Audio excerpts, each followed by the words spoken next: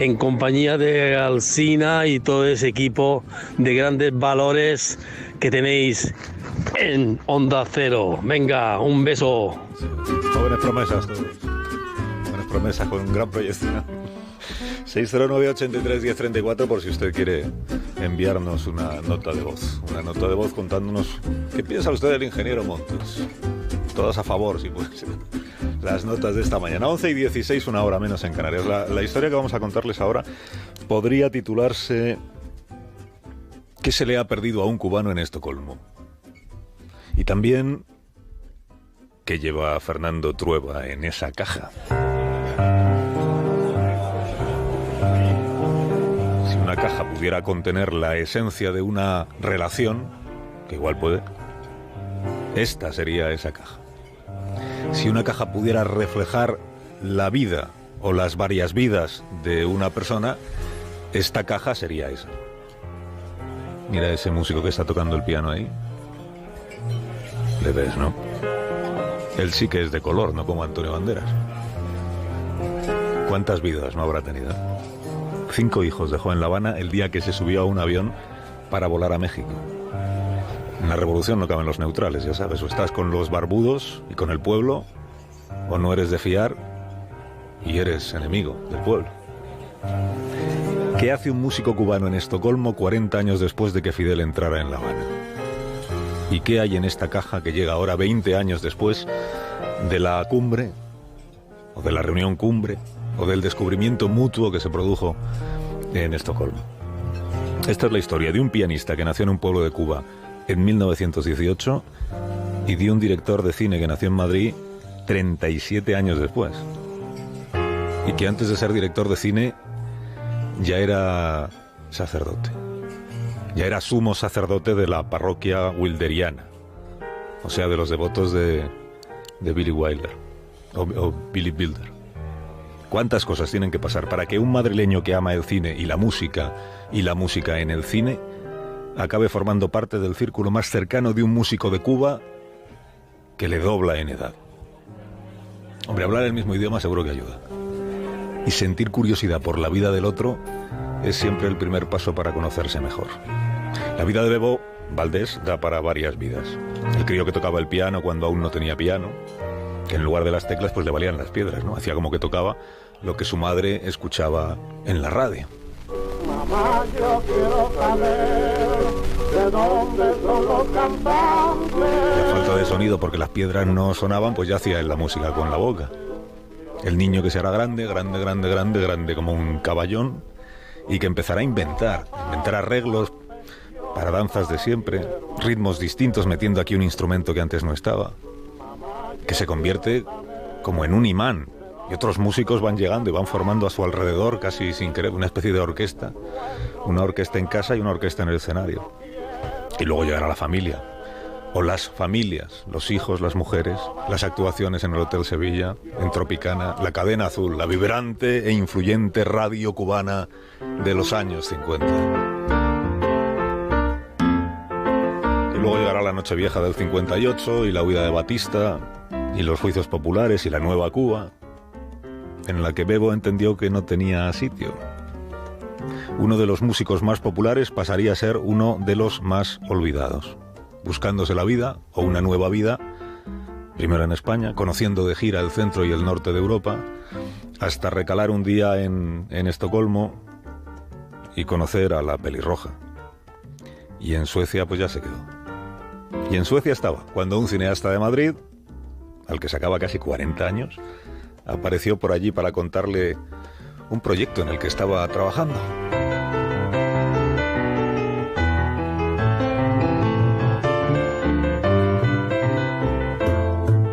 Hola Fernando Trueba, buenos días. Hola, buenos días. No te has visto la cara, pero cuando he dicho que eras sacerdote antes de ser cineasta... Sí, me has asustado. He sido cura y no me he enterado. Supo sacerdote de la parroquia de Billy Wilder. Bueno, vamos a empezar por el principio. ¿Qué tiene la caja? Bueno, tiene 7 CDs de Bebo Valdés y también 2 DVDs.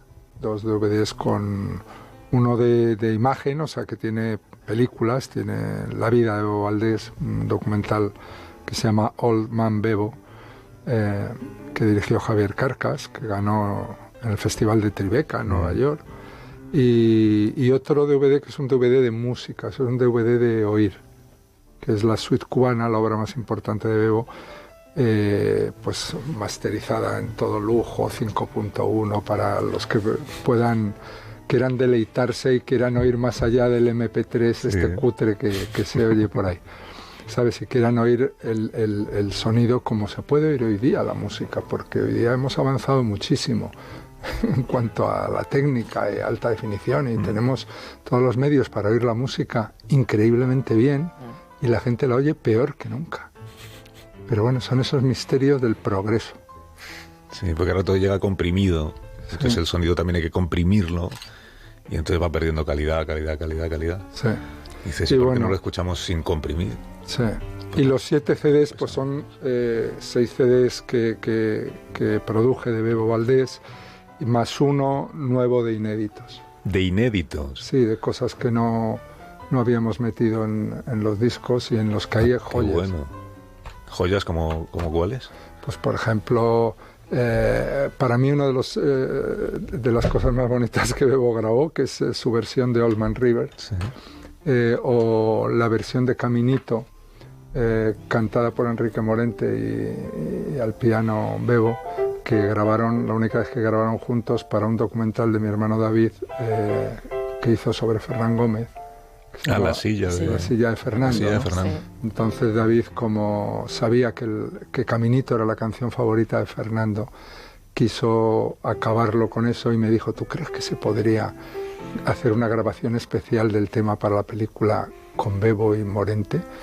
Y le dije a David, pues no se conocen, pero seguro que lo van a hacer encantados de estar juntos y hacer algo juntos, y además de que sea para Fernán Gómez, y así lo hicieron. Y fíjate, por casualidad yo estaba con David cuando le pusieron la película a Fernando en su casa, y es la única vez que le he visto llorar, las lágrimas en los ojos de Fernando, y dijo, o sea, cuando yo Caminito, ¿sabes? Fue una cosa súper emocionante, o sea, te impresionaba ver a ese hombre con las lágrimas ahí. Qué responsabilidad proyectar la película en casa de Fernando, la película sobre Fernando. Sí, es que él ya tenía problemas de desplazamiento y de andar. Yo creo que qué responsabilidad teniendo allí presente al protagonista, viendo cómo reacciona a la película. Responsabilidad para el que la ha hecho, ¿no? Sí. Él, lógicamente, como era él toda la película hablando y tal, pues él la vio impasible, ¿no? Porque no se iba a aplaudirse a sí mismo ni nada. Pero cuando al final empieza a sonar Caminito, se vino abajo. Oye, ¿cuántas horas has podido compartir tú con Bebo Valdés? Pues muchísimas. Hemos compartido, yo diría, 10 años de nuestras vidas, ¿no? Desde ese final del 99, en diciembre, en un frío de estos suecos, que voy allí a su casa en las afueras de Estocolmo y a empezar a hacer Calle 54, hasta que murió, ¿no? Entonces ahí hicimos juntos muchos discos, muchas películas también, y sobre todo muchas conversaciones y viajes y horas en estudios de grabación y de ensayo, y en casa y por ahí, en restaurantes, y andando por la calle. A mí me encantaba ir andando con Bebo por la calle. O sea, es una especie de... Hemos andado por muchas calles en muchas ciudades. Y era muy bonito, ¿sabes? Estar con Bebo. Sí, era muy bonito. De repente, yo qué sé, estar en Nueva York buscando un sastre donde él se había hecho un traje, pero claro, se había hecho el traje a lo mejor en los años 60, ¿no? Y decía, no, es que es un sastre muy bueno. Y estar toda una mañana buscando ese sastre que ya no existía, ¿no? Y acabando ahí tomando, pues tenía ya el traje, necesitaba un traje nuevo. Y acabamos encontrando un sastre, estos también como que del siglo XIX, en Wall Street, y allí se tomó medidas y tal, porque el otro ya ni existía. Pues yo que sé, ese era Bebo, ibas con él. Era un gran señor, ¿no? Era un gran señor y un gran niño. Las dos cosas. Era muy un ser humano entrañable y adorable. Uno solo podía quererle. el enamoramiento, si me permites que lo llame así, mutuo de vosotros, ¿se produce desde el primer momento? Sí. O sea, nada más conoceros hay esa conexión. Sí, él, por lo que fuera, a mí me encantaba él ya como músico y me encantó ver la persona, la pureza, ¿no? del ejemplar humano que era, ¿no? Y él decidió que yo era alguien en quien se podía confiar, ¿sabes? Y nos dimos la mano y eso ya fue como, ¿sabes?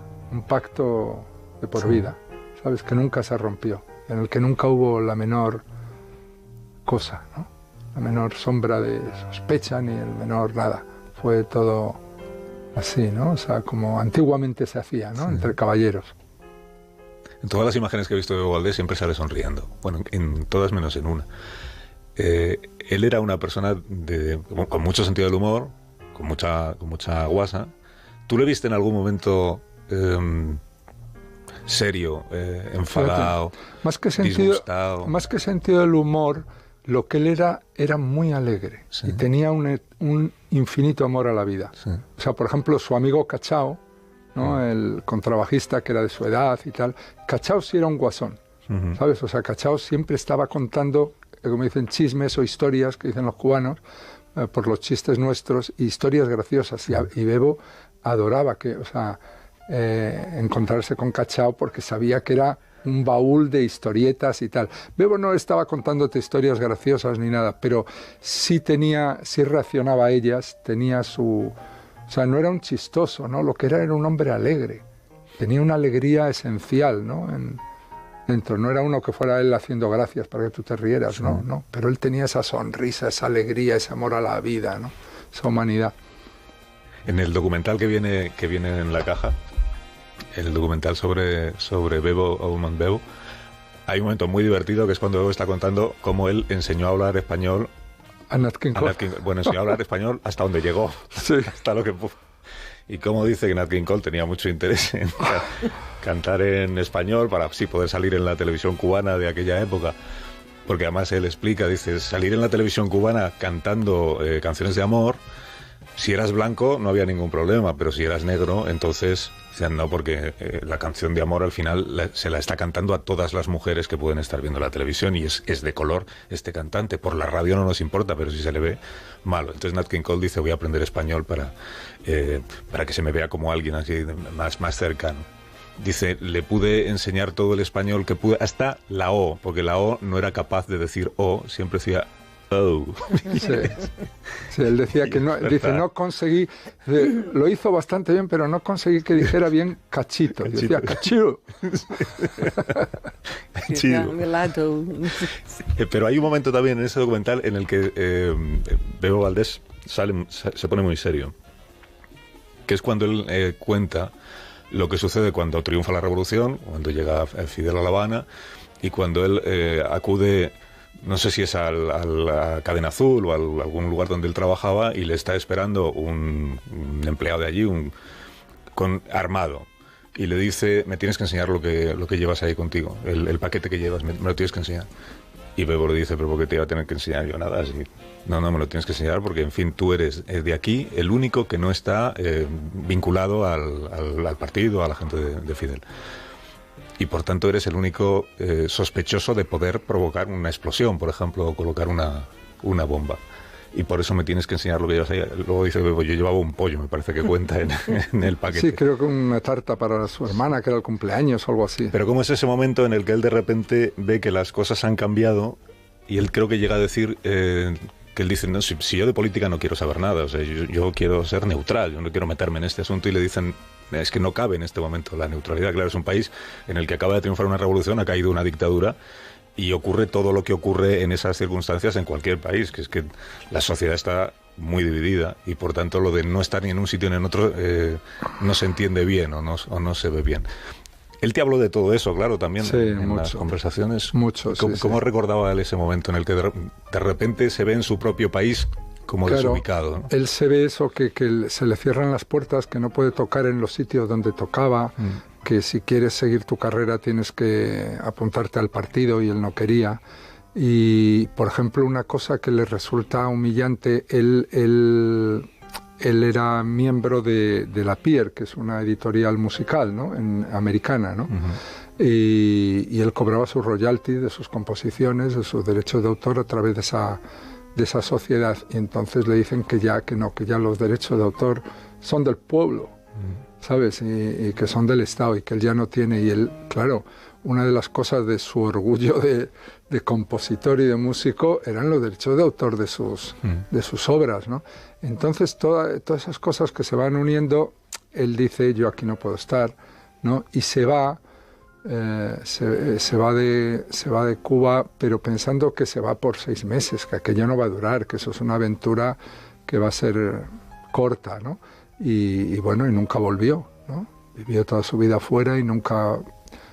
solo hubo un momento donde él quiso volver, que fue, su madre enfermó y él ya hacía 25 años que se había ido y llevaba 25 años sin ver a su madre y quiso volver porque le dijeron está en las últimas, ¿no? Y no le dieron el visado, el gobierno cubano. Y eso para él fue también fue la puntilla, ¿no? El remate un poco de ese encuentro con la nueva Cuba, ¿no? Y bueno, pero él vivió, no era un hombre ni rencoroso ni resentido, ¿sabes? Era un hombre muy bueno, era un tipo muy limpio. Y le estaba muy agradecido a Suecia, porque decía que aunque allí no había podido continuar su carrera como hubiera sido normal, pero que le había dado un hogar, había podido trabajar y mantener a su familia. Y para él eso estaba por encima de tener una carrera musical, ni de ser pianista, ni nada, ¿no? Él era en ese sentido un hombre no simple, pero sí muy sencillo, muy esencial. O sea, ponía las cosas en cada cosa donde él consideraba que era importante, ¿no? Entonces mantener a tu familia era el deber número uno. Y luego venía lo demás, ¿no? Claro, por eso el desgarro personal de alguien que abandona su país pensando que es para unos meses, que abandona su país donde viven sus hijos, donde viven las mujeres, el resto de las personas con las que él tiene contacto y afecto, se va a 6 meses y ya nunca vuelve. La separación de los hijos, por ejemplo, ¿qué significaba para él? ¿Cómo se planteaba él esa relación que se vio interrumpida por lo que sucedió?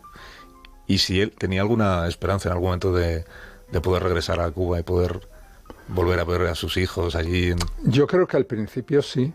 Para él fue dolorosísimo y para ellos también. Por ejemplo, para Chucho, pero también para Miriam y para los otros hijos de la I, porque él tenía ya 3 hijos de su primera pareja y 2 de la segunda y estaba a punto de, según Bebo me decía, de casarse con la que hubiera sido su tercera pareja, ¿no? Con la que estaba teniendo una historia de amor y tal. Y de la que se despidió diciendo vuelvo dentro de nada, ¿sabes? O sea, esto, cuanto pueda vuelvo, ¿no? Espérame, ¿no? Y ya nunca, ¿no? Ya nunca. O sea, para él fue muy doloroso y al principio él sí, supongo que tenía la esperanza de que aquello iba a cambiar y tal, pero luego ya hubo un momento que perdió esa esperanza. Ya se dio cuenta que aquello iba para muy, muy largo. A veces nos ha cambiado en un minuto la vida para siempre y no nos hemos dado cuenta, ¿verdad? Claro. Y no nos hemos dado cuenta. Oye, ¿estás haciendo o has terminado ya una película? Sí. Una película que se llama igual que la novela. Se llama igual que el libro, sí. El olvido que seremos. El olvido que seremos es novela de Héctor Abad. Sí. Pero la has hecho en Colombia, la película. Sí, la he hecho en Colombia. Fue un ofrecimiento de productores colombianos, de la televisión Caracol y del propio autor y del propio Héctor Abad. Y yo al principio me sorprendió mucho cuando me ofrecen la película porque era un libro que yo creo el libro que yo más veces había regalado. ¿Ah, sí? Un libro sí que mi mujer había llorado leyéndole y yo había llorado leyéndole y nos había emocionado tanto que yo se lo había regalado a hermanos, a mi madre. Lo había comprado en distintos países y en distintos idiomas para amigos, ¿sabes? Pues eso que estás en Francia o en Ginebra y a una amiga, te tienes que leer este libro y tal, y se lo regalabas L'Oubli que nous serons en francés. En Estados Unidos, que Oblivion, se lo regalaba a un amigo americano. Lo había regalado miles de veces y de repente van y te ofrecen hacer la película. Y les digo, les cuento esta historia, les digo, mirad, es el libro que más veces he regalado, es un libro que me conmueve profundamente, que me partió el corazón cuando lo leí, pero ¿no os dais cuenta que esto no se puede hacer en cine? Y me dicen, ¿en serio piensas eso? Digo, sí, es imposible hacer una película de esto. ¿Pero por qué y tal? Entonces les expliqué por distintas razones y razones de distintos tipos, ¿no? Y todas muy racionales y muy razonables. Hombre, y no te lo podrías... ¿Por qué no te lo estudias? Vuélvetelo a leer a ver si le encuentras un ángulo, un sitio por donde meterle mano y tal. O sea, me halagaba, ¿no?, que me hubieran elegido, ¿no?, para hacer ese libro. Y bueno, y aquí estoy, ya la he hecho. Y estoy feliz de haberla hecho. Entonces encontraste el ángulo. Encontramos el ángulo. ¿Y cuál es el...? ¿Cuál es el ángulo? El ángulo... Claro, porque si te pregunto por qué pensabas al principio que no se podía llevar al cine, yo no he leído el libro de Héctor Abad, es imperdonable, pero lo confieso. Solo he leído, mira, esto que me he visto esta mañana, porque me lo he comprado esta mañana sabiendo que venías. Y dice, yo quería a mi padre con un amor que nunca volví a sentir hasta que nacieron mis hijos. Yo quería a mi padre con un amor animal. Yo sentía por mi papá lo mismo que mis amigos decían que sentían por la mamá. El libro es la historia de la relación entre Héctor y el padre que fue asesinado. Sí, el 20 años después de la muerte del padre, Héctor, según me contó él, empezó a darse cuenta de que había gente que empezaba a olvidar a su padre, que había sido un médico y un profesor en la Facultad de Medicina y un luchador por los derechos humanos impresionante. Y Héctor dijo, voy a escribir mis recuerdos. Entonces se sentó a escribir la historia de él y su padre, desde que él empezó, desde sus primeros recuerdos a los 3 años. Y escribió ese libro llorando del principio hasta el final, el desgarro, ¿no?, de que te hayan arrebatado a tu padre.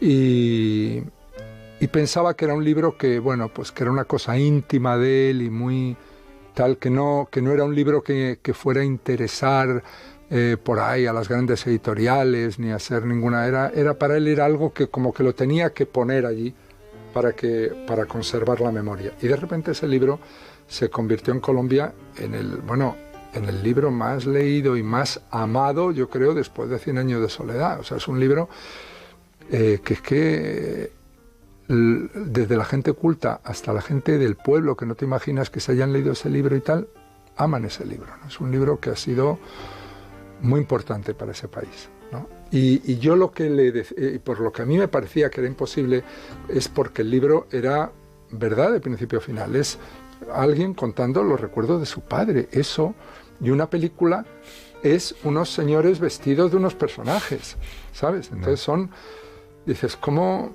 sabes? ¿Cómo administrar eso, sabes? Entonces, bueno, pues al final encuentras otra manera de contar esa historia, es decir, obviamente tú no puedes competir con ni debes además nunca competir con el libro, pero mucho menos con algo que es más que un libro, que es el testimonio y la vida de alguien y el amor a su padre. Y para mí ha sido la oportunidad de hacer una película sobre un hombre bueno. ¿Sabes? En estos tiempos en los que se glorifica tanto la violencia, la maldad, o sea, parece que los malos son interesantes, atractivos, los malotes, los malos, no sé qué. Yo estoy harto de los malos, harto, no puedo más de los malos. Y hacer una película sobre un hombre bueno me produce un gran bienestar, ¿sabes? Y aparte... creo que es una película que he disfrutado mucho haciéndola. Estoy muy contento de ella. Pase lo que pase con ella, estoy muy feliz. Pues cuando llegue la película, que estoy seguro que llegará a España, te vienes otro día y hablamos de la película. Os lo enseñaré para que la veáis. Trueba, muchas gracias por la visita. Gracias. Gracias por la visita, que vaya muy bien. Bebo de Cuba, hemos dicho que se llama así la caja. No lo sé, has hablado de la caja, pero no del nombre de la caja. Y con la caja que se llama Bebo de Cuba, ¿ya has agotado todo lo que tienes sobre Bebo Valdés? No, en realidad vamos a hacer otras 2 entregas, porque por un lado hay el mundo Lágrimas Negras, que eso vamos a sacar como una especie de edición definitiva de Lágrimas Negras, con un libro y tal, y todo eso, y luego unos conciertos que él hizo en el Village Vanguard en Nueva York con Javier Colina, que salió como una selección de lo mejor vamos a sacarlos completos, lo que fueron esos días en Nueva York, que fue la primera y última vez que Bebo tocó en un club de jazz de Nueva York, ¿sabes? A sus 80 y muchos, y que fueron unos días de una grandísima emoción, y él adoraba tocar con Javier Colina. O sea, tenían una especie de diálogo musical. Bebo era feliz siempre que tocaba con Javier. Trueba, gracias por venir a hablar de hombres buenos a este programa. Y hasta cuando tú quieras. Gracias. Enseguida llega Ángel Antonio Herrera, ¿no? ¿Viene Ángel Antonio? Ah, ya está por aquí. ¿Para hablar de quién? De él. ¿De Dalí? Ah, de Dalí, es verdad. No acabó. Dalí no acabó. Empezó solo. Se acabó. Que no.